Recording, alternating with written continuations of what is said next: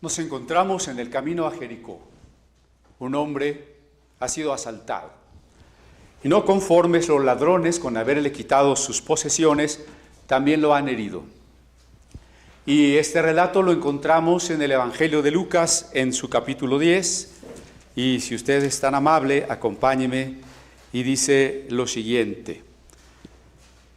Un hombre descendía de Jerusalén a Jericó y cayó en manos de ladrones, los cuales le despojaron, e hiriéndole se fueron, dejándole medio muerto.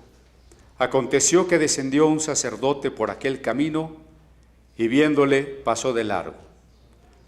Asimismo un levita, llegando cerca de aquel lugar y viéndole, pasó de largo.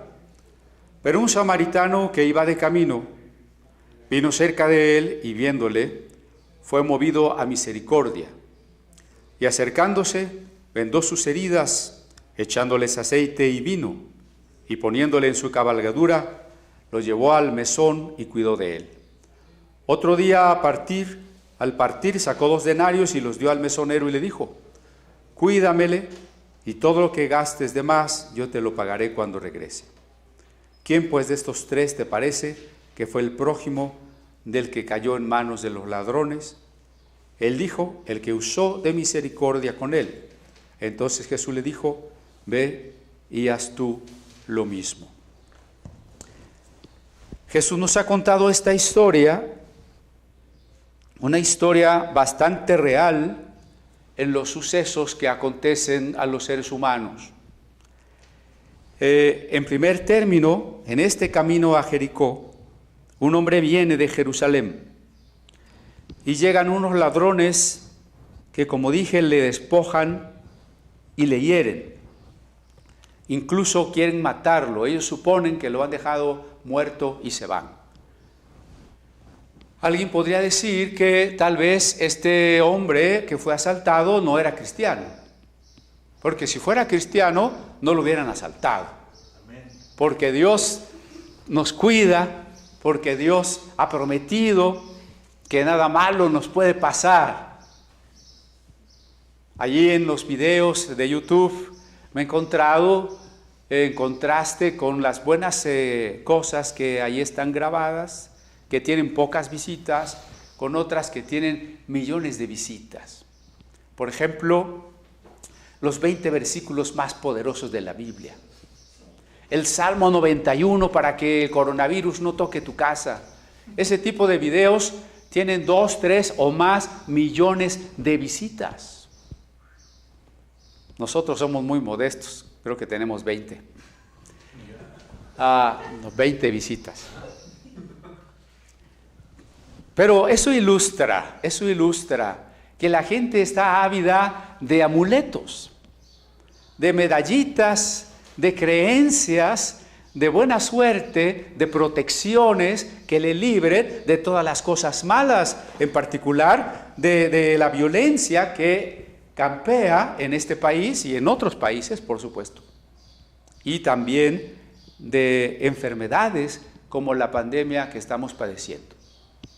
Por eso digo, en términos, por supuesto, irónicos, parece que este hombre no era cristiano, porque le sucedió una desgracia. Y si hubiera sido cristiano, no le hubiera pasado nada. Por supuesto, en esos mismos videos, y estamos a punto de iniciar el curso de musicología también para todo el que esté interesado, y para los que tengan ministerio de música, no es una invitación, es una exigencia, es obligatorio. Tal vez una transmisión, una grabación sobre alguna obra de Bach pueda tener 100,000, 200,000 visitas. Pero una cancioncita de Los Ángeles Azules tiene 240 millones de visitas. ¿Cómo es posible que la basura sea consumida masivamente y que las cosas buenas, tanto en la teología, en lo espiritual, en lo cultural, sean ignoradas, despreciadas por la mayoría? Por eso estamos como estamos. Olvídese de los amuletos y de todas las soluciones que nos prometen protección.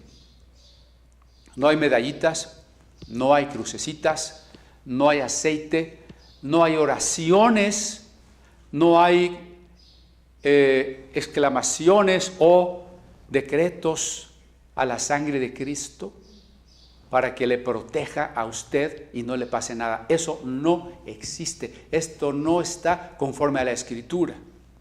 Hay alguien que me mandaba un video de ese tipo, de que si quieres que no te pase nada, mencionando algunos textos del Deuteronomio.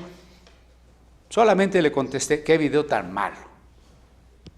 A veces es cansado, o se cansa uno de tanta tontera que nos mandan. La verdad es que lo que le sucedió a este hombre, el ser asaltado, el ser herido, no es más que un ejemplo que está dando Jesús de cómo es la realidad y precisamente de cómo el prójimo, aquel que necesita ayuda, que está cerca de nosotros, vive él como nosotros en la realidad. Y en la realidad las personas morimos, enfermamos, tenemos accidentes, sufrimos desgracias, desastres naturales, sufrimos la violencia. No importa que seamos creyentes o que no seamos creyentes. Esto a muchos no les gusta. Incluso piensan que no tenemos fe. Pero mire, la fe inmadura, hablemos de la fe inmadura y de la fe madura. La fe inmadura es la que se imagina a Dios allá arriba en un trono, un Dios al que hay que darle gloria y hacer todo para su gloria, para tenerlo contento, y orar mucho y hacer cadenas de oración para que responda nuestras oraciones. Y reclamarle y creer en las promesas bíblicas para que no nos pase nada. Esa es la fe inmadura. Y esa fe no es exclusiva de los cristianos. Esa fe es la que han tenido desde las religiones animistas y totemistas hasta las religiones más paganas y la brujería. Esa es la misma clase de fe. La fe madura es otra. La fe madura es la que entiende que Dios no está allá arriba, sino aquí. Que nosotros vivimos, nos movemos, somos en Dios, que Dios es omnipresente, que Dios está en todas partes. Y que Dios no está esperando contentarse con nosotros si le damos gloria, sino que nuestra relación con Él es una relación de amor. Es un Dios que ha dicho, con amor eterno te he amado, por tanto te prolongué mi misericordia. Es un Dios que se goza con nosotros, que calla de amor con nosotros. La fe madura entiende la omnipresencia de Dios y la relación amorosa con Dios. Por tanto, es una fe que no espera que Dios cambie las circunstancias en las que vivo, ni espera que Dios me guarde de desgracias, problemas, enfermedades, pandemias y coronavirus. Es una fe que puede decirle, Señor, estoy contigo si me das y si no me das. Estoy contigo si me bendices, estoy contigo si me quitas. Estoy contigo y si no hubiera infierno te temiera y si no hubiera cielo yo te amara. Esa es una fe madura. Una fe que sigue entendiendo que Dios nos ama y está con nosotros si nos asaltan como a este hombre, si nos hieren, si nos enfermamos o si morimos o alguien cercano a nosotros muere. Esa es la fe madura. Claro, esa fe no le gusta a la mayoría. No va a tener este video millones de visitas. Porque si yo estuviera predicando algún secreto para que a usted no le pase nada malo, entonces sí, habría mucho éxito, mucha popularidad. Pero yo no estoy diciendo eso. Yo estoy diciendo que Jesús a través de esta parábola nos retrata la realidad tal y como es. El ser humano sufre. El ser humano es un hombre asaltado por los ladrones. Y hay muchos tipos de ladrones. Están los ladrones materiales, los que le quitan la cartera, hoy diríamos el celular, o interfieren en su cuenta bancaria.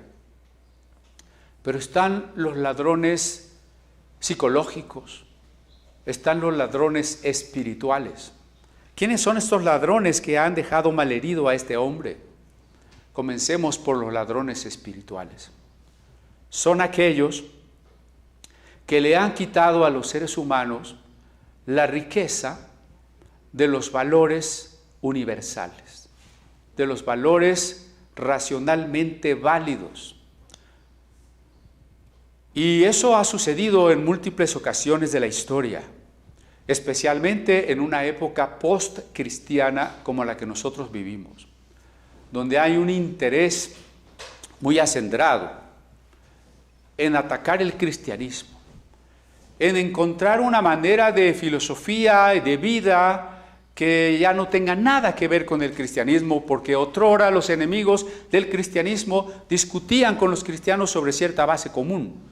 Hoy incluso se está intentando que no haya ninguna base común, sino que el cristianismo quede desarraigado, desaparecido de la historia. Esto no es nuevo. Hitler, y así lo cuenta un hombre que estuvo en una de las reuniones donde Hitler expresó sus ideas, Hermann Reuschning, él dice, Hitler decía, no se trata de luchar contra los cristianos, contra los católicos romanos o contra las alimañas protestantes. Se trata de liberarnos de la maldición del monte Sinaí, de desarraigar para siempre los 10 mandamientos. ¿Ve? De eso se trata.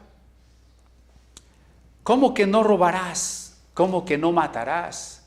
Si el hombre poderoso, el superhombre, la voluntad de poder debe imponerse. Toda la historia de la divina guerra, endiosaba la guerra, es la historia del robo y del asesinato para conseguir la gloria, para conseguir el poder.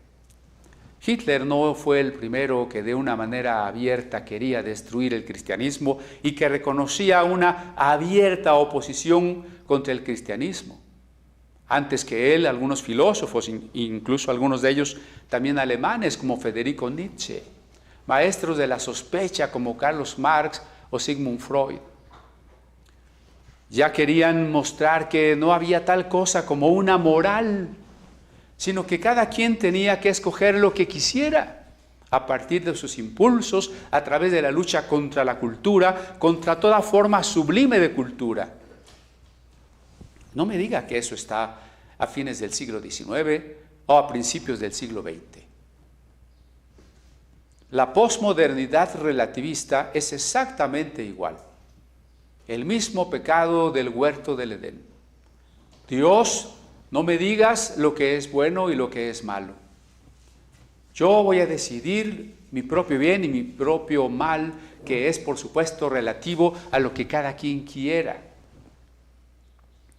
Yo voy a crear mi propia ética. Yo voy a negar esa moral universal. Estos asaltantes del espíritu que han dejado malherida a la humanidad no son nuevos. Ya Sócrates los enfrentaba en aquel grupo llamado los sofistas. Cuando Gorgias y Protágoras establecían que no había tal cosa como una verdad, que el hombre era la medida de todas las cosas, que el conocimiento era imposible. Ese es el relato del Génesis. Cuando el hombre se separa de Dios y dice, yo voy a decidir lo que yo quiera, entonces el hombre es asaltado, el hombre queda malherido, pero con heridas eternas y con un riesgo de muerte eterna. Por eso, hoy más que nunca, tenemos que mirar estos campos hambrientos de la palabra de Dios.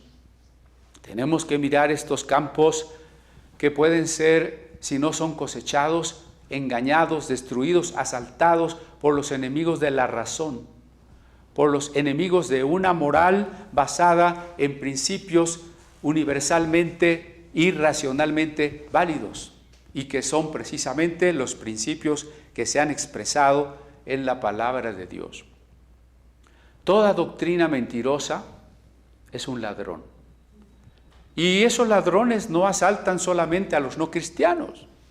Es decir, no solamente han hecho que algunos no creyentes encuentren doctrinas sociológicas, económicas, filosóficas, conforme a los deseos de su corazón, que justifiquen las cosas malas que en el fondo ellos quieren, pero también los cristianos.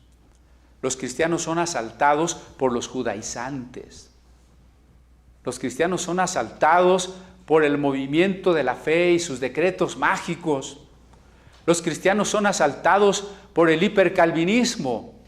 Los cristianos son asaltados por la teología de la liberación y la teología de género y la teología queer. ¿Y sabe cómo queda usted? Malherido. Le despojan de las doctrinas fundamentales que usted había conseguido de la palabra de Dios.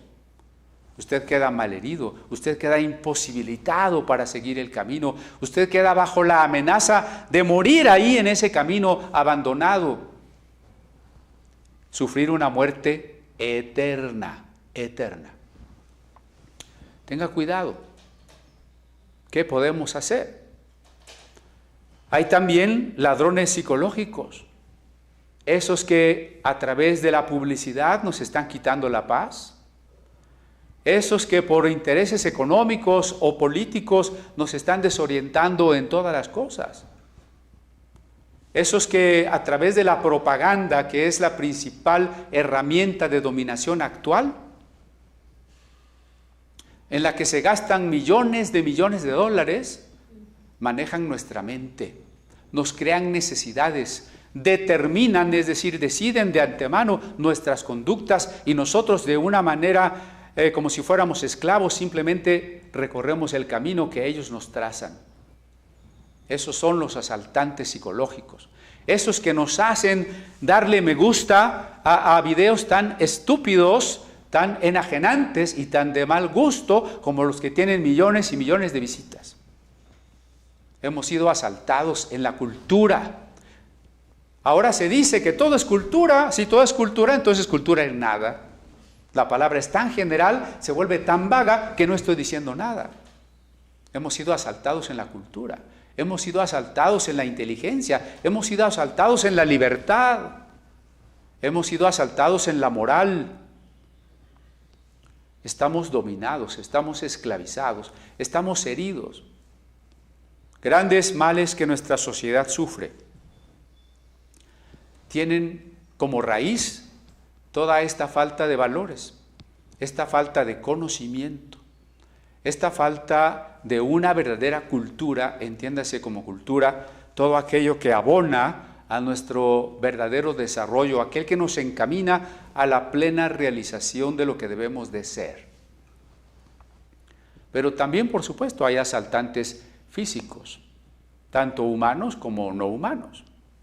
Los asaltantes físicos, que son los más evidentes y que algunas de nuestras sociedades latinoamericanas están sufriendo, el flagelo del narcotráfico, la violencia ejercida por los sicarios, por los gobernantes corruptos, por los cuerpos de seguridad coludidos con ellos.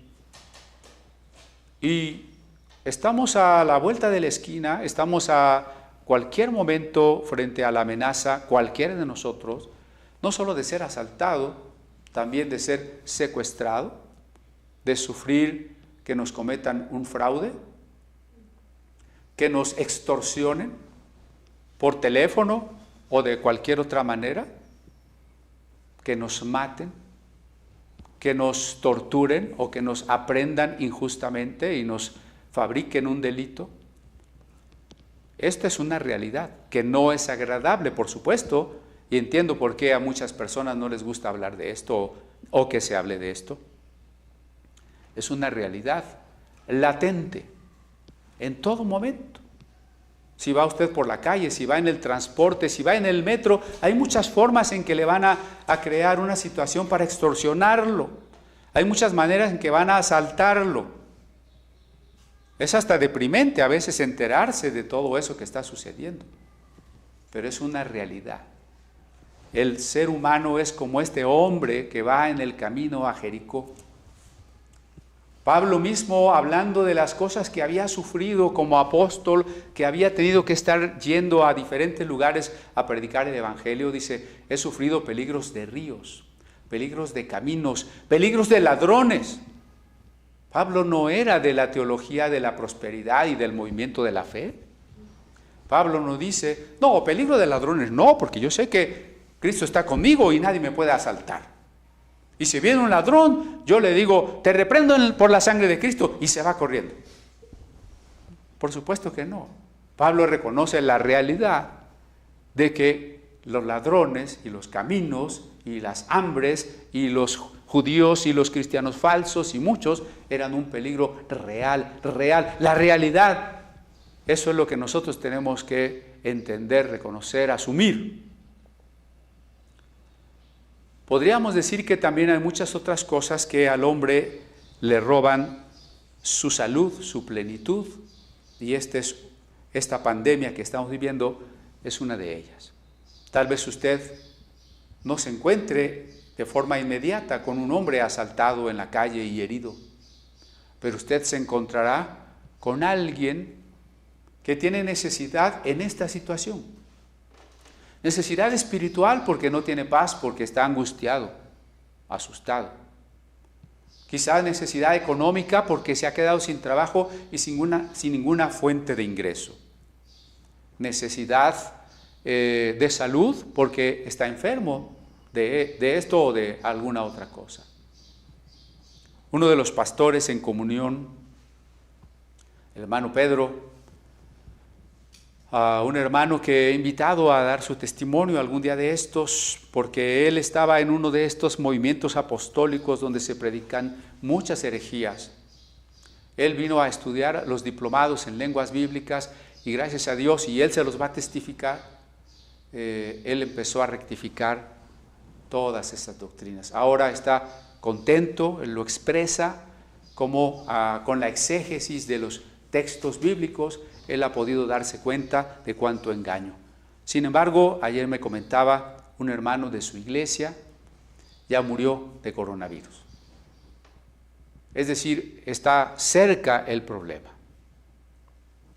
Es real. En este caso, este hombre de esa iglesia que murió no fue asesinado por unos ladrones, sino por una enfermedad. Y la pregunta es, precisamente, ¿qué vamos a hacer nosotros en estas circunstancias? Ya sea por los asaltantes naturales, como las enfermedades y las desgracias, por los asaltantes humanos, como los verdaderos ladrones, secuestradores, extorsionadores, por los asaltantes psicológicos, como los propagandistas, los mercadólogos y todos los que están interesados en que hagamos lo que ellos quieren, que seamos sus esclavos, sus robots consumistas, o los asaltantes espirituales, los herejes, los que propugnan doctrinas falsas, filosofías mentirosas, relativistas, los que quieren acabar con el cristianismo, los que quieren acabar con la maldición de la moral cristiana. Aconteció, dice el verso 31, que descendió un sacerdote por aquel camino, y viéndole, pasó de largo. Vea la indiferencia de la humanidad que está cercana al que sufre.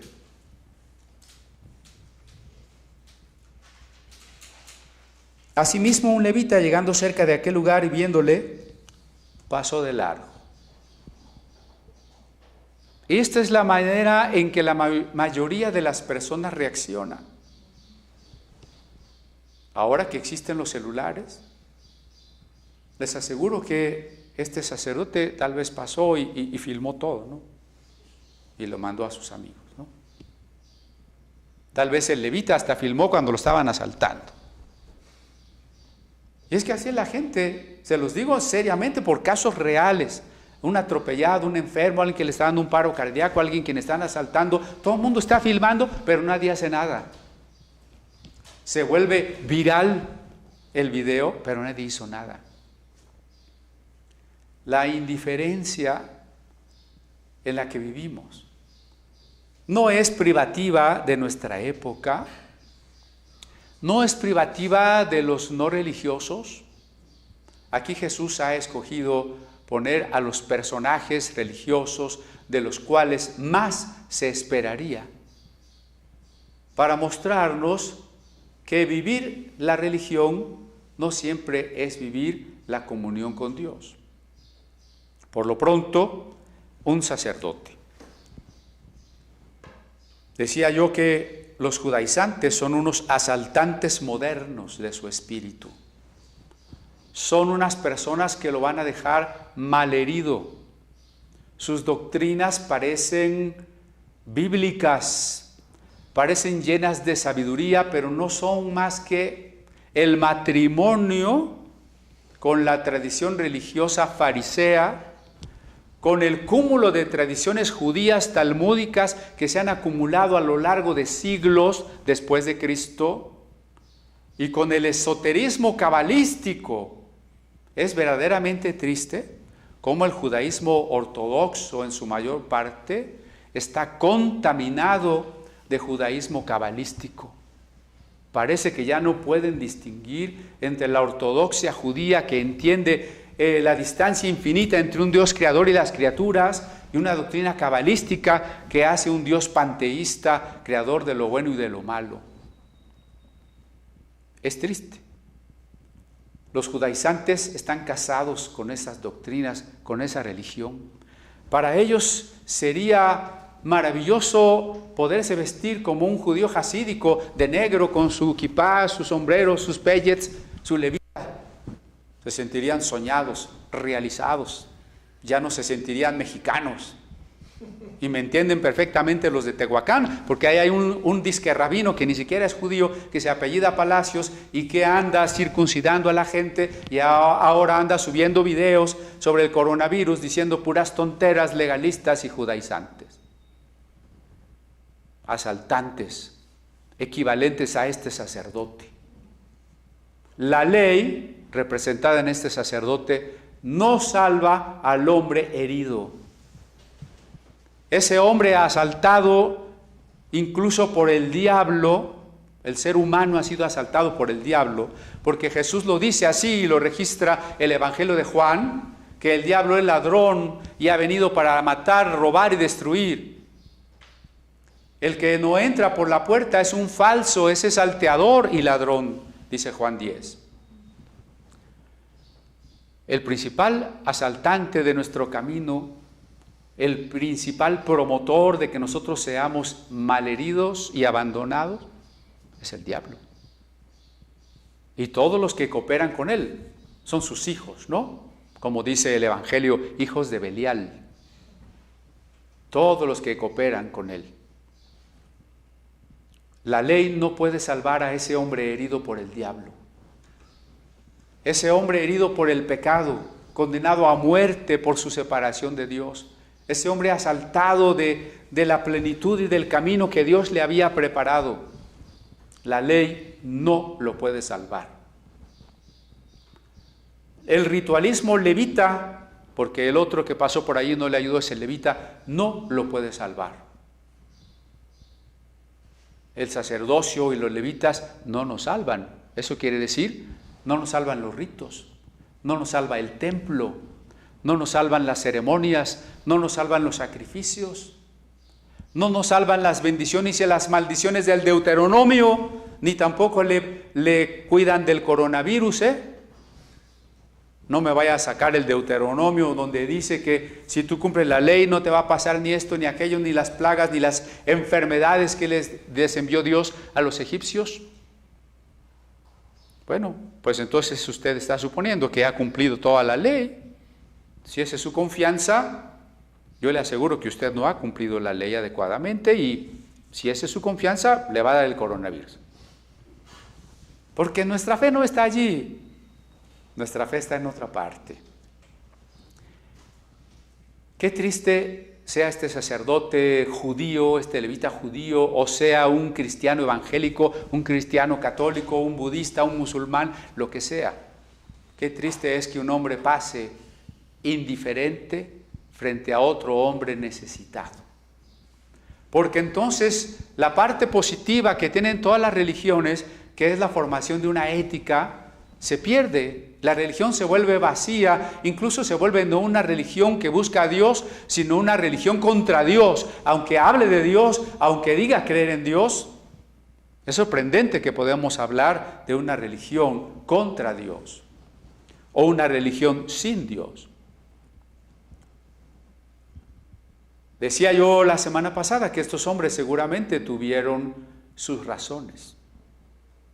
Hay dos pastores, no de los más cercanos al círculo de los que nos reunimos normalmente, pero sé de dos pastores enfermos, en tratamiento por el coronavirus. ¿Cuáles podrían ser los pretextos para no ayudar? ¿Qué tal si me contagio? No, mejor no me acerco.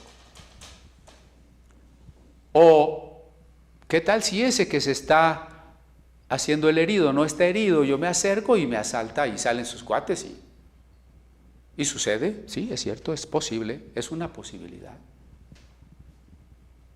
Hay muchas mujeres y muchos hombres tramposos que hacen como que tienen una necesidad o te inventan una ofensa para después extorsionarte, asaltarte. Hay muchos riesgos y hay muchas razones para decir, no me acerco. ¿Qué tal si yo me acerco, lo trato de ayudar, se muere y luego vienen los judiciales y dicen que yo lo maté y no salgo de la cárcel? Sí, ayudar es peligroso. Usted no se imagine que la ayuda puede ser color de rosa.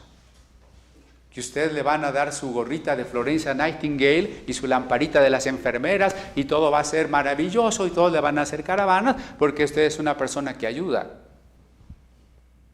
No, ayudar es peligroso. Ayudar tiene riesgos. Por eso la gente no quiere ayudar. Ayudar es incómodo. Lo decía un filósofo contemporáneo judío, Emmanuel Levinas. El amor es la molestia que el prójimo nos causa. Yo iba tan tranquilo, yo iba a llegar a tiempo a mi reunión y ya me encontré a este hombre, ahora me tengo que parar, ahora lo tengo que ayudar, ahora tengo que gastar, ahora no voy a llegar a donde tenía que llegar. Ayudar produce incomodidad, produce riesgo de ser engañado, riesgo de ser contagiado y riesgo de muchas cosas. Bueno, pero ¿qué no Jesús? ¿Asumió el riesgo? Jesús nos quiso ayudar y vino a este mundo sin riesgo. Vino a este mundo y todo iba a ser muy fácil y entonces Él no iba a sufrir nada y todos íbamos a inclinarnos y hacerle caravanas agradeciéndole que había venido a salvarnos. No. La ayuda que Él nos brindó implicó que nosotros ni siquiera queríamos ser ayudados, ni reconocimos a aquel que quería ayudarnos y que matamos a aquel que quería ayudarnos. Pero la ayuda no puede detenerse por causa del riesgo. A veces ni siquiera por causa del rechazo. Imagine que cuando Jesús era rechazado por los hombres, como cuando el Evangelio tristemente resume, a lo suyo vino y los suyos no le recibieron, hubiera dicho, no los salvo.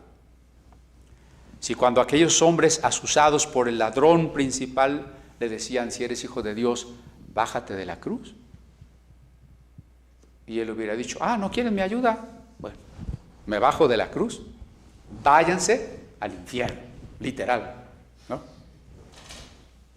No, o sea, el amor, y esta parábola es una parábola del amor, acuérdese del contexto. El contexto es que Jesús ha estado llevando el discurso con sus discípulos en razón del envío y del gozo y de que ellos estén escritos en los cielos, tengan sus nombres en el libro de la vida eterna, con el amor, porque ha dicho, nadie conoce al Padre sino el Hijo, nadie conoce al Hijo sino al Padre.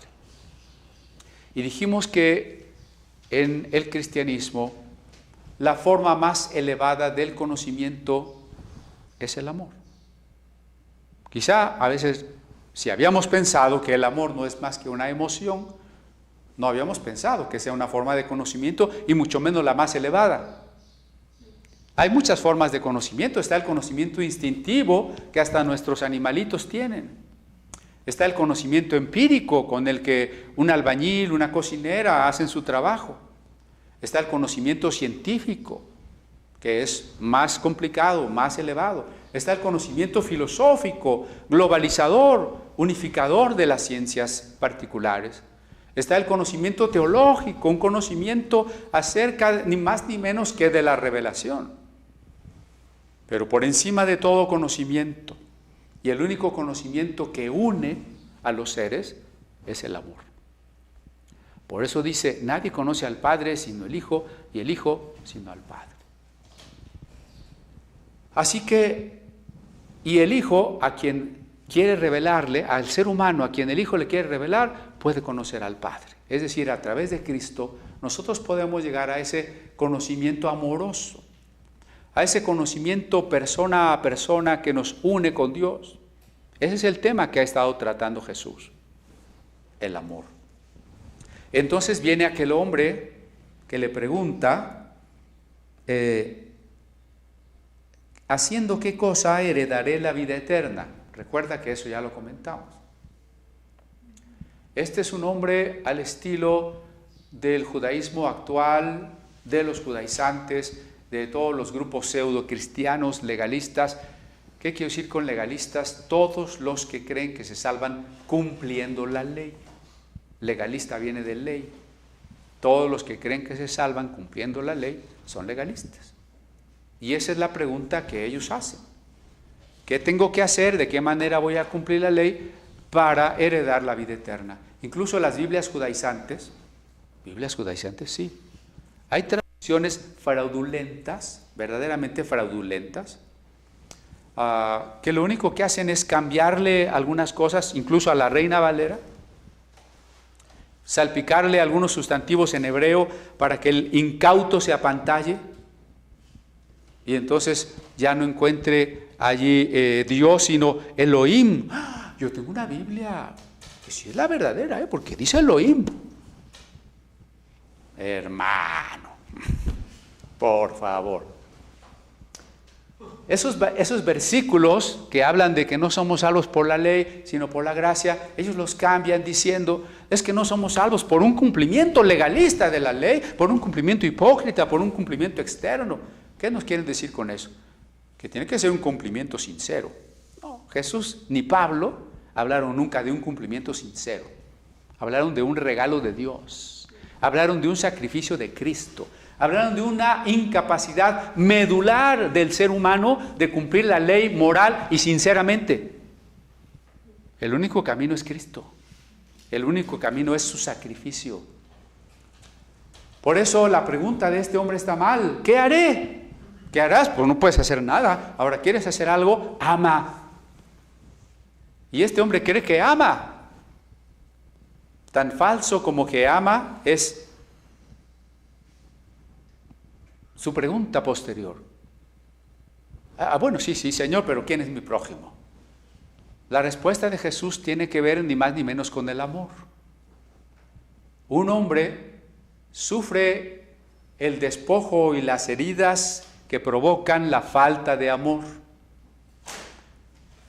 Un sacerdote y un levita pasan, miran la escena, contemplan la desgracia desde la indiferencia, desde la inacción, a lo mejor no desde la indiferencia, a lo mejor como cualquiera de ustedes y de ustedes, para estar a tono con este discurso de flojera de las autoridades, ¿no? Dicen, ay, sí se me estruja el corazón, pero ya me voy. Sí, se le estruja el corazón, siente horrible, pero ¿qué hace? Pues no hace nada. Ese es el sacerdote y el levita. No hay amor, hay ausencia de amor. En el asaltante hay ausencia de amor, en el que pasa y no ayuda. Pero Jesús nos está hablando de un mensaje de amor. En el fondo de la parábola, porque en el fondo del libro de Lucas, en el fondo del Evangelio mismo, lo más importante es el amor. Así que el relato continúa. Pero un samaritano, qué vergüenza, un samaritano. ¿Por qué vergüenza? Jesús está platicando con un joven judío, dice aquí, un intérprete de la ley. No es un cualquiera. Los judíos, líderes religiosos, estudiosos de la ley, hablaban del Am Haaretz, el pueblo de la tierra, es el que no sabe la ley. Ese pueblo es pecador porque no sabe la ley y está muy lejos de Dios. Nosotros, los eruditos, los escribas, los soferim, los rabinos, somos los que estamos cerca de Dios, los que tenemos la vida eterna porque sabemos la ley. Esa era su confianza, ¿no? Pues esos que decían tener la vida eterna porque sabían la ley, mostraban que no tenían amor. Note de qué manera Jesús le está contestando a este joven que cree que haciendo algo va a tener la vida eterna. ¿Puede hilarlo? O sea, ¿qué hago para tener la vida eterna? Ama. Y luego Jesús le demuestra que no ha amado, porque no le dice tú, pero alguien más que él, un sacerdote, un levita, pueden conocer la ley, pueden tener algo tan maravilloso como el sacramento del orden sacerdotal. Y no amar. ¿Y eso qué significa? Que no conocen a Dios. San Juan en su primera carta es radical y clarísimo. El que no ama no conoce a Dios. El que no ama a su hermano es homicida, y el diablo es homicida desde el principio. ¿Ve? Ahí está claro. Entonces es un asunto del amor, pero este intérprete de la ley que hace la pregunta y recibe la respuesta que aún algunas personas tan valoradas por él, tan apreciadas por él como un sacerdote y un levita, no muestran amor, es avergonzado ahora con el ejemplo de un samaritano. ¿Qué es un samaritano? Bueno, en primer lugar es un gentilicio, es decir, una persona que vive en la región de Samaria. Pero históricamente eso tenía diríamos, una herencia muy complicada. Grosso modo, en tiempos del hijo del rey Salomón, el reino de Israel se partió en dos. El reino se llamó precisamente Israel y el reino del sur que se llamó Judá. En el reino del norte, 10 tribus del pueblo quedaron, de las 12, 10 en el norte y 2 en el sur, en el reino de Judá. La capital del sur del reino de Judá se llamó Jerusalén. La capital del reino del norte, Israel, el reino de Israel, se llamó Samaria. Entonces, en primer lugar, Samaria fue la capital del reino del norte del rey Jeroboam I. A veces, aunque todos eran parte de las 12 tribus, se volvieron enemigos. El reino del norte peleaba con el reino del sur. El reino del sur tenía su templo en Jerusalén. Así que el reino del norte vio también la necesidad de tener su templo en el reino del norte, en la capital, en la ciudad de Samaria. Y se construyó un templo en el monte Gerizim. Creo que hemos hablado de eso, ¿no? En un monte donde según la tradición, según cierta tradición, realmente es donde Abraham iba a sacrificar a Isaac. Un monte que está mencionado en el libro del Deuteronomio, donde la ley fue leída y el pacto deuteronómico ratificado. Era un monte sagrado, ¿no? Más sagrado para los samaritanos que el monte de Sión, que era una ciudad jebusea pagana. Entonces hubo 2 templos en competencia. Sin embargo, el reino del norte, el reino de Israel, fue destruido por el imperio asirio en el año 722. Con ello, 10 de las tribus de Israel desaparecieron. Samaria, la ciudad, quedó destruida, quedó despoblada. En la región, no solo de la ciudad de Samaria, sino de la región de Samaria, fue repoblada con algunos colonos gentiles y algunos mendigos y gente muy pobre sin tierra que se había quedado en el lugar. El reino de Judá continuó. También fue destruido en el año 587 por el imperio babilónico. También Jerusalén quedó desolada y destruida. La diferencia es que aquellas 10 tribus del norte jamás regresaron, jamás se reconstruyeron, desaparecieron, fueron asimiladas por el paganismo, por los matrimonios mixtos, por la adopción de religiones falsas. Sin embargo, una parte de la tribu de Judá regresó unos 70, 80 años después a lo que había sido Jerusalén y comenzó una reconstrucción de donde surge el actual judaísmo. Y entonces esos judíos que regresaron encontraron siempre una oposición en los que vivían en Samaria, que incluso se opusieron a que ellos construyeran una muralla a la ciudad y levantaran el templo. Lo curioso es que los samaritanos y los judíos creían en el mismo Dios y tenían la misma ley de Moisés. Solo que los judíos en hebreo y los samaritanos en samaritano, es otra lengua. Las dos lenguas son hermanas, las dos lenguas tienen el mismo papá, que es la lengua cananita. Pero cada quien tenía su Pentateuco en su lengua, ¿no? Entonces, desde el regreso de Judá hubo un incremento en la enemistad entre samaritanos y judíos. Esa enemistad continuó al cabo del tiempo y en los evangelios encontramos varios relatos relativos. Por ejemplo, en una ocasión Jesús, acusado por sus enemigos, le dicen: ¿no hemos dicho que tienes demonio y que eres samaritano? Imagínense que la ofensa de ser samaritano era equivalente a estar endemoniado. Era una lucha no solo, diríamos, racial.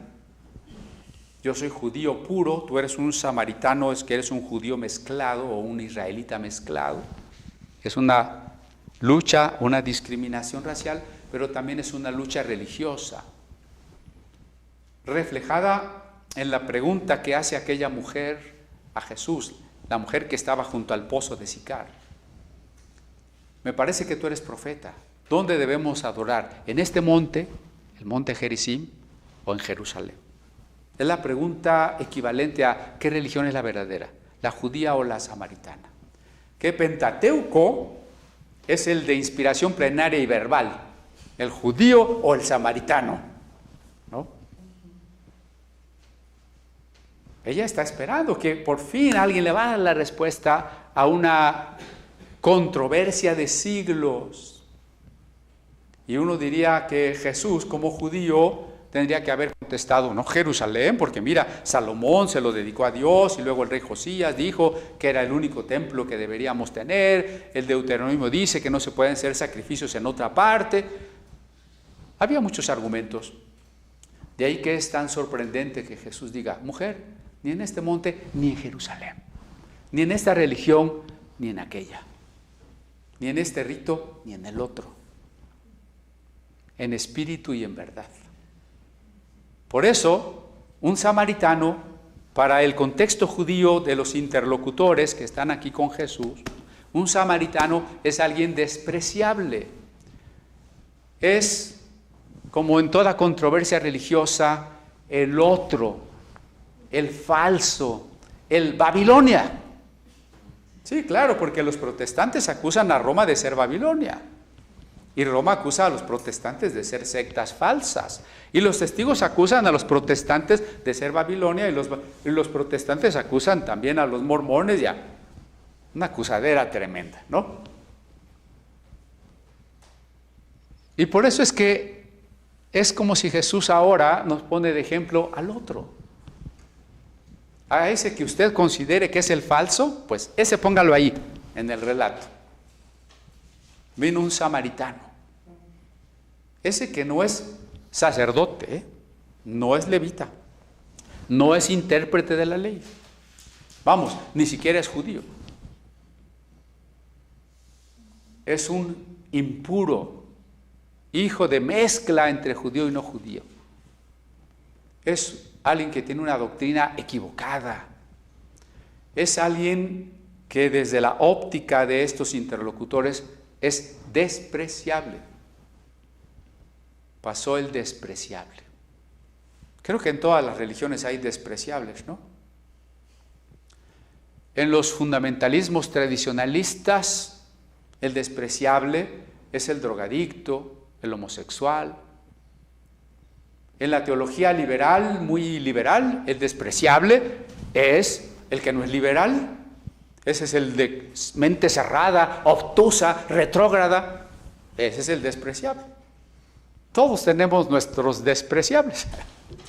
Y entonces Jesús dice, bueno, pasó un despreciable. Uno que no es puro, uno que no sabe la ley, uno que está equivocado desde tus parámetros. Y no es que la verdad sea relativa, no es que la verdad no importe, es que la pregunta por la verdad ha estado mal hecha.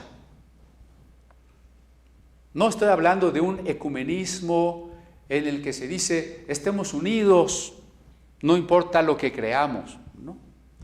No estoy hablando de una de las escuelas de la teología liberal que decía, el cristianismo es una religión entre todas, en todas hay manifestación de Dios, hay revelación, hay experiencia espiritual, así que todas son iguales. No estoy hablando de eso. Lo que estoy diciendo es que la pregunta por la verdad ha sido mal hecha.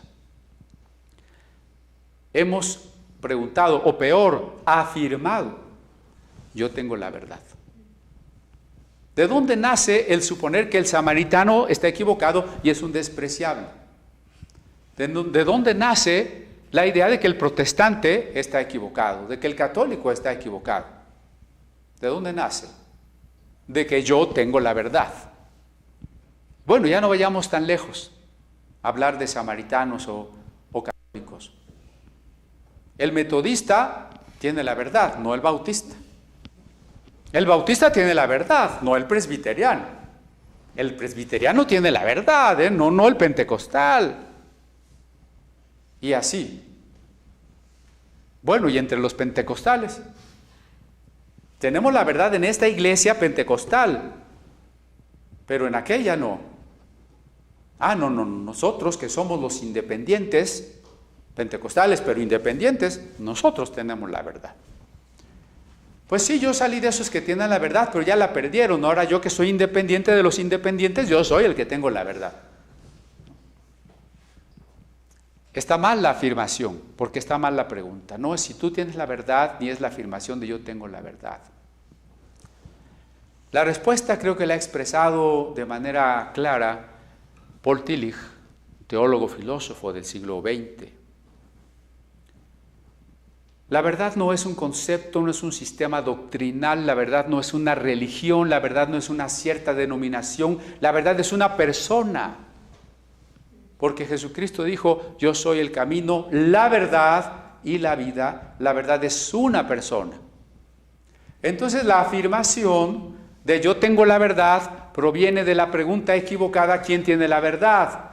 Porque la pregunta verdadera tendría que ser, ¿quién es la verdad? Y la respuesta correcta es, la verdad es una persona y se llama Jesucristo.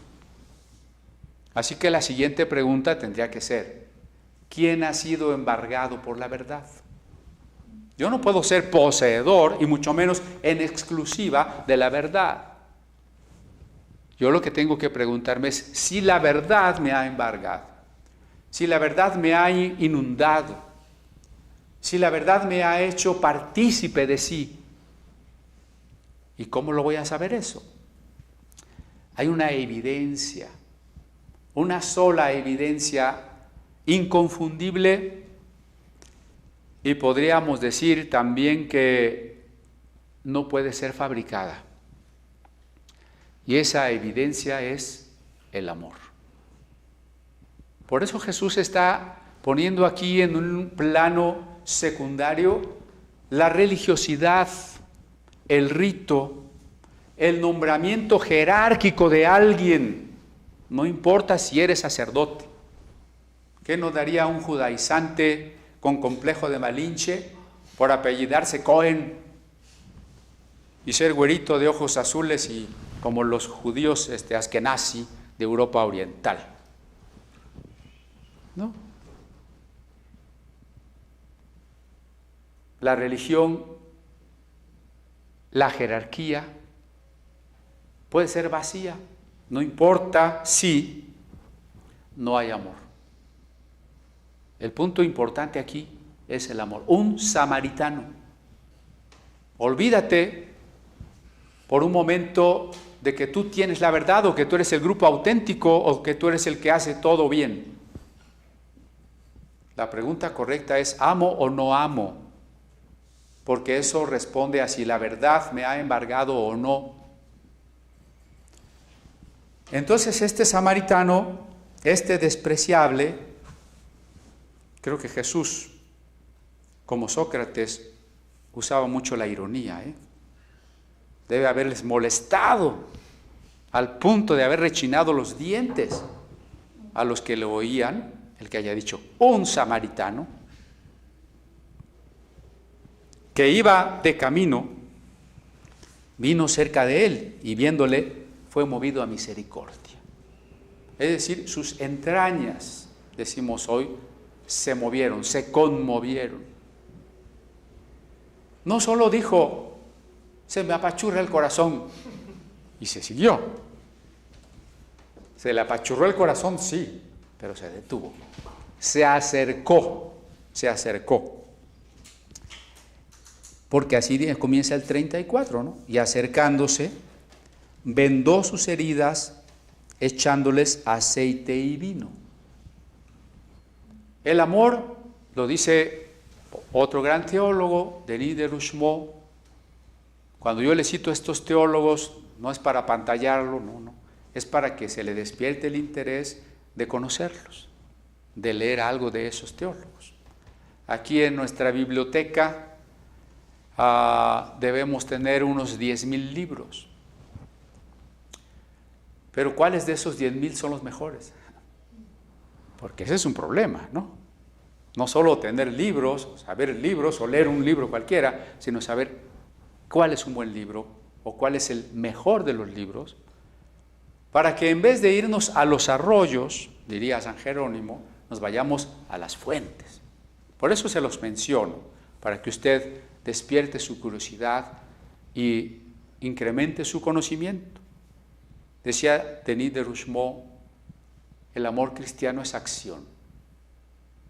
No es un amor que se padece, que nos arrastra, que es sentimiento intensificado hasta el acto mismo de divinizarnos.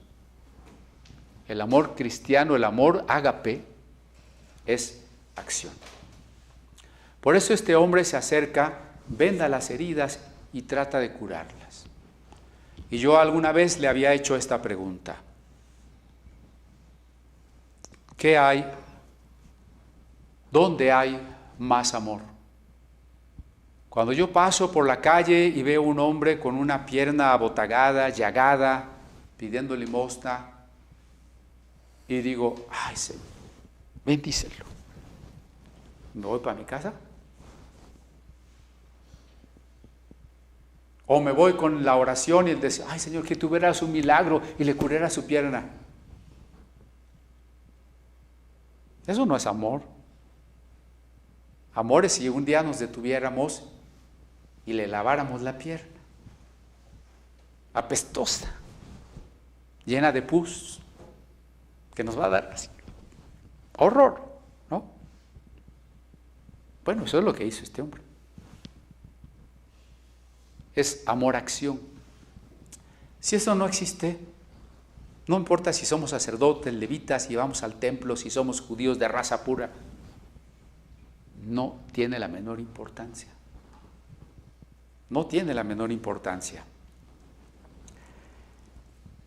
Le curó las heridas, ¿no? Pero no se detuvo allí. El amor al prójimo es un amor comprometido. Bueno, mira, ya te ayudé. O pudo haber hecho menos, ¿no?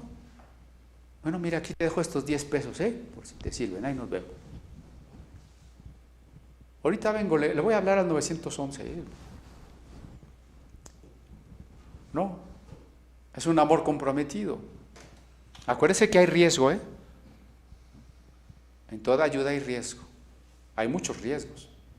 Simplemente acuérdese cuando Moisés sacó al pueblo de Egipto y luego le dijeron, ¿para qué nos sacaste de Egipto? Y lo querían matar. Dígame si no hay riesgo, ¿no? Lo puso en su caballo, en su burro, lo que haya traído, tal vez un burro, y lo llevó al mesón. En el camino que usted está viendo, pues no hay mesones cerca. Eso también es complicado, ¿no? ¿Hasta dónde voy a tener que llevar a esa persona? Lo llevó a un lugar donde podía hospedarlo, donde podía quedarse. Y allí, al otro día, sacó 2 denarios, que es una cantidad, no sé, más. Se dice, no me consta, se dice que un denario podía ser el salario de un día, tal vez más. Por lo pronto este hombre está dejando el equivalente del salario de 2, 3 días al mesonero y le dice, cuídalo. Cuídalo, pues obviamente va a requerir un pago, ¿no? Un pago por la atención, por la comida, por la cama que se le brinde, por las sábanas.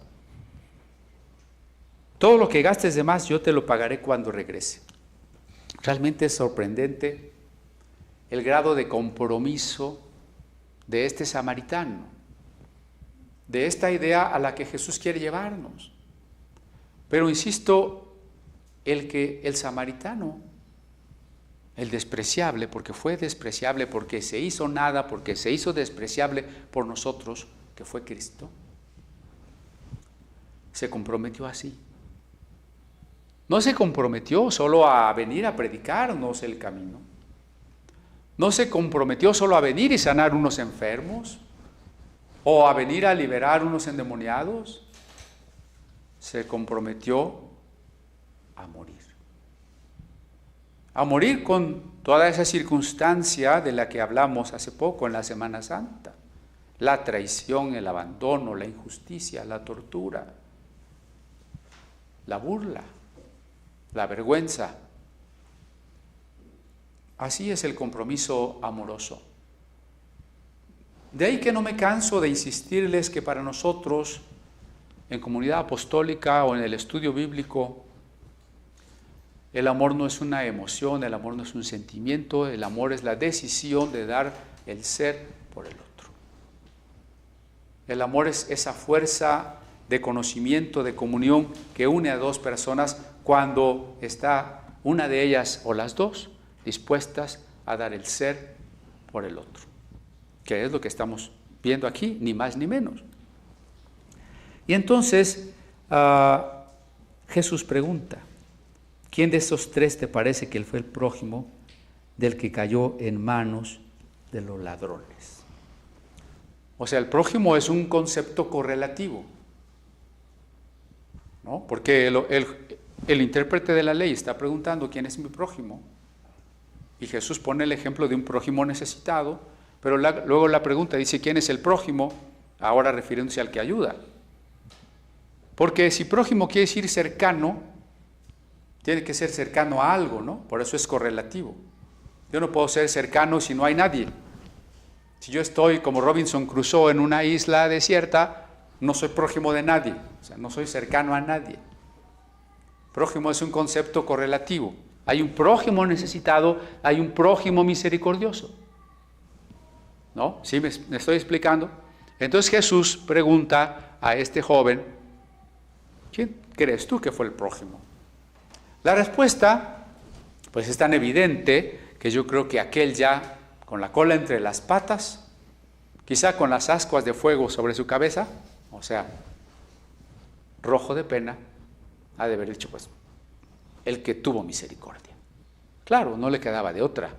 Pero acuérdese lo que hemos dicho de la oración, porque lo que hemos dicho de la oración descontrola mucho. Hasta parece que el pastor no tiene fe. Porque yo la semana pasada le decía, no ore por los niños de Timbuktu. Yo espero que se haya puesto a buscar dónde está Timbuktu, mínimo, ¿no? ¿Por qué le dije eso? Entonces, es que no hay que orar, la oración no tiene poder. Uno de esos mensajes de redes sociales que me llegó a principios de semana decía, es que estamos haciendo una cadena de oración, hoy a las 11 de la noche, todos vamos a orar por los médicos y las enfermeras. No sé si jalarme los cabellos, mesarme los cabellos, como dicen los textos clásicos, o caerme como condorito, ¿no? ¿Qué quiere decir que vamos a orar por los médicos y las enfermeras? A ver, pongámonos a pensar. ¿Significaría que si oramos por ellos ya no se van a enfermar? Porque es claro que ellos son, como personal de salud, personas más expuestas al riesgo. Y no en México nada más. Porque quien quiere pegarle al gobierno está diciendo que hay médicos infectados. Sí, pero hay médicos infectados en Italia, en España, en China, en todas partes, en Nueva York, ¿no? Eso es natural. El personal de salud está más cerca de los riesgos porque está con las personas infectadas. ¿Qué vamos a orar por los médicos? ¿Que no se infecten? Ok, si vamos a orar que no se infecten, ¿por qué no oramos de una vez que no se infecten los pacientes? No es una incoherencia que no se infecten estos, pero si todos estos, para que estos cuiden a estos, pues de una vez oremos por todos. O sea, no entiendo, soy un poquito retrasado, perdóneme. ¿Qué quiere decir que oremos por los médicos? Que sobre los médicos no cristianos, aunque no sean cristianos y aunque no crean en Dios o no quieran nada con Dios, Dios va a venir y a fuerza les va a poner sabiduría y les va a mover la mano y les va a dar paciencia y les va a dar energías. ¿Eso quiere decir? ¿Eso dice la Biblia? ¿Eso es posible? Tampoco entiendo. Entonces, otra pregunta. ¿Y si no oramos por los médicos, pues Dios no mueve las manos y dice, muéranse los médicos? Y entonces si los cristianos dicen, Señor, oramos por los médicos, Dios dice, pues sí, puede ser, sí, qué buena idea me están dando, muchachos, pero todavía son muy poquitos, tienen que hacer una cadena de oración más grandota para que me convenzan, para que me den ganas de mover la mano. ¿Así funciona la oración? Perdóneme, no es que no crea en la oración, solo porque no estamos aquí presenciales no me avienta piedras, ¿verdad? Pero la parábola del samaritano lo ilustra perfectamente. Cuando este joven pregunta, ¿quién es mi prójimo?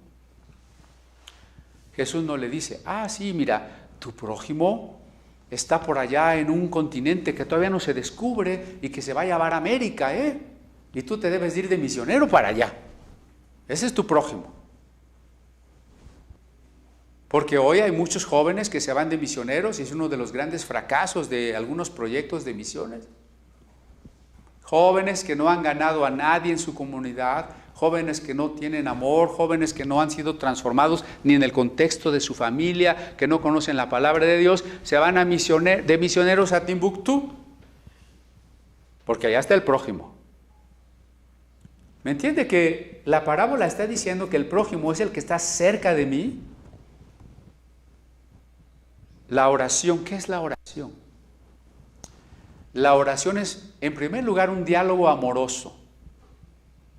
Si usted pensaba que la oración era un arma de guerra, que la oración era un medio de gracia, que la oración era un poder para bendecir al otro, no, la oración es un diálogo amoroso entre Dios y yo, punto. Eso es lo más importante. Ahora, ¿hay oración intercesora? Sí. Entonces, ¿qué función tiene la oración intercesora? Es decir, la oración por otro. La oración por otro debe ser siempre la oración por alguien que está cercano, para que sea precisamente la oración la que me brinde de parte del Espíritu Santo, que me acompaña en la oración, la sabiduría de qué debo hacer.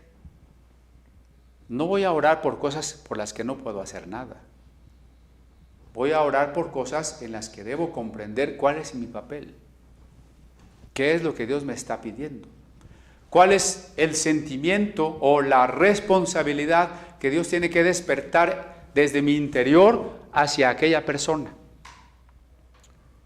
Si hay una oración intercesora realista, porque es por un problema cercano, por alguien por quien yo puedo hacer algo, entonces sí, es una oración correcta.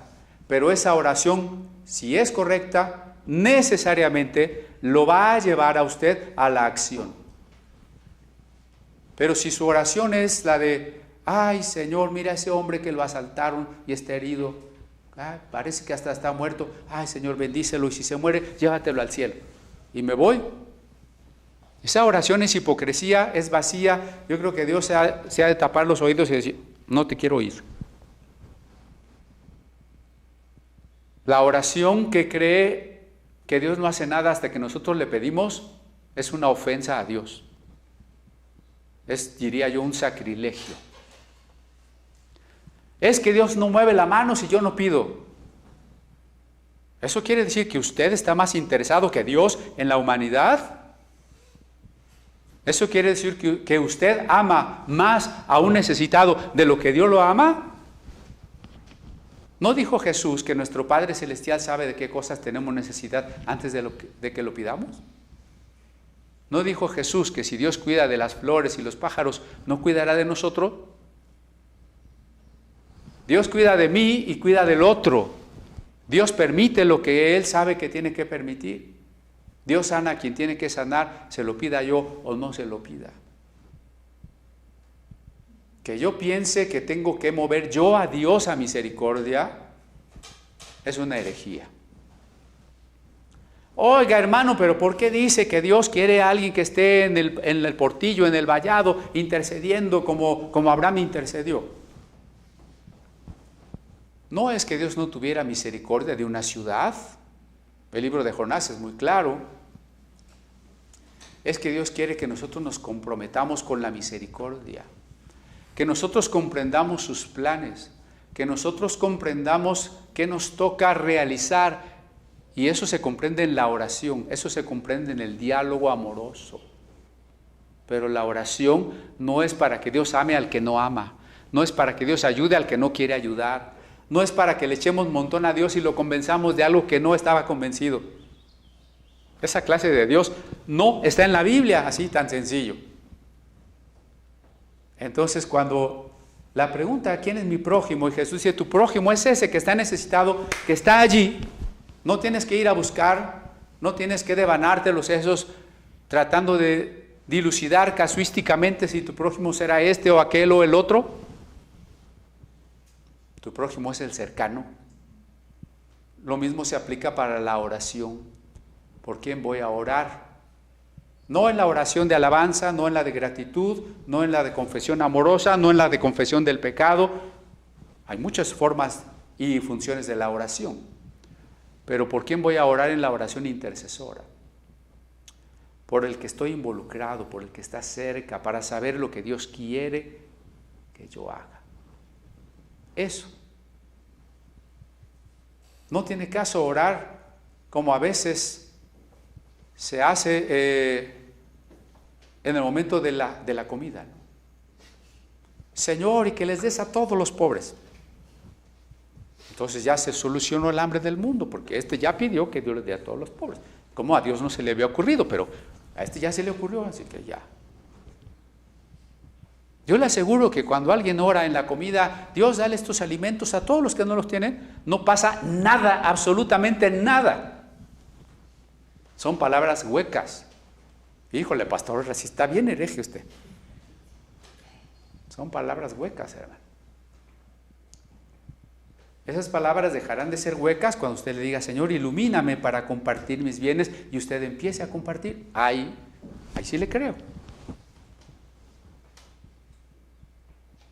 ¿Quién es el prójimo? Hay dos prójimos. Hay dos, para estar cercano tiene que haber cuando menos dos, ¿no? Hay un prójimo necesitado. Y yo le decía la semana pasada, ¿qué vamos a hacer para no deprimirnos en la cuarentena? Para no estarnos picando los ojos o tronando los dedos, o atarantados con los ojos en la televisión todo el día. Lo que vamos a hacer es servir al prójimo. Ahora es el tiempo de ser el buen samaritano. Nuestro hermano Ángel nos va a ayudar a pasar en la pantalla unas fotografías muy crudas. Quiero que las vaya viendo por ahí. Mire, ¿quién es el prójimo? Porque hoy se ha pensado que el cristianismo es algo tan burguesito. Ay, si ya soy creyente, todo me va a salir bien, y Dios quiere que yo tenga mucho dinero, que yo sea próspero. Ahí estamos viendo unos niños quemados por bombas. La realidad. Yo comencé diciendo que Jesús habla de la realidad. Y en esta cuarentena y en esta pandemia, usted y yo no estamos tan mal como algunos que vamos a ver ahí muriéndose de hambre, sin casa, perdidos por los caminos. Vamos adelante. Ahí tenemos gentes muertas de hambre, personas muertas de hambre en los campos nazis de concentración. ¿Por qué he querido poner unas fotografías tan duras? Porque lo que quiero decirles es que el cristianismo es cosa seria. El dolor de los seres humanos, los hombres asaltados por los ladrones de todo tipo, han llegado a estos extremos. Ahí está un cuarto lleno de mujeres prisioneras en otro de los campos de concentración, la mayoría judías. ¿Por qué Jesús nos habla de ser como el samaritano? No porque dale 10 pesos al que está en la esquina, ya cumplí, y porque yo como soy cristiano nunca voy a sufrir, a mí no me va a pasar nada. Ahí están refugiados que ya no tienen casa. Una mamá con sus niños no tienen que comer. La maldad del hombre es una cosa seria. La realidad es cruel, es extremosa. Por eso cuando hablemos del Evangelio, hablemos de un Evangelio capaz de afrontar la realidad, tanto para nosotros, si fuéramos una de esas víctimas que están allí en ese campo de refugiados, o en esos campos de concentración, o en esas guerras. Como cristianos, como hijos de Dios, podríamos llegar a vivir una de esas situaciones. Nosotros. Ahora estamos muy espantados porque pues no podemos salir de la casa. Eso no es nada comparado con lo que les estoy mostrando. Y como cristianos, ¿qué haríamos en una de esas situaciones? Ahí están los niños esclavizados. Hay millones de niños en todo el mundo esclavizados. ¿Ve? Ser el buen samaritano no es solo un asunto individualista. Claro, tal vez usted no pueda hacer nada por ese niño, ni siquiera sabe quién es, ni dónde está. Pero cuando Dios le ponga en las situaciones que Dios le permite, ahí es, en el ámbito donde usted está. Ahí es donde usted tiene que hacer la tarea. Ahí está una mujer en la India, como hay miles de mujeres en la Ciudad de México y en otras ciudades, de indígenas, de migrantes, sin comer, pidiendo limosna. Ahí están otros secuestrados, esclavizados. ¿Sí ve? Cuando hablamos de estos ladrones que han dejado al ser humano malherido, estamos hablando de cosas serias. No de un cristianismo burgués, no de un cristianismo ligerito, comprometido con los ricos, comprometido con el poder, un cristianismo cuyos miembros ya tiemblan porque tenemos un problemita. Tienen que quedarnos claras dos cosas.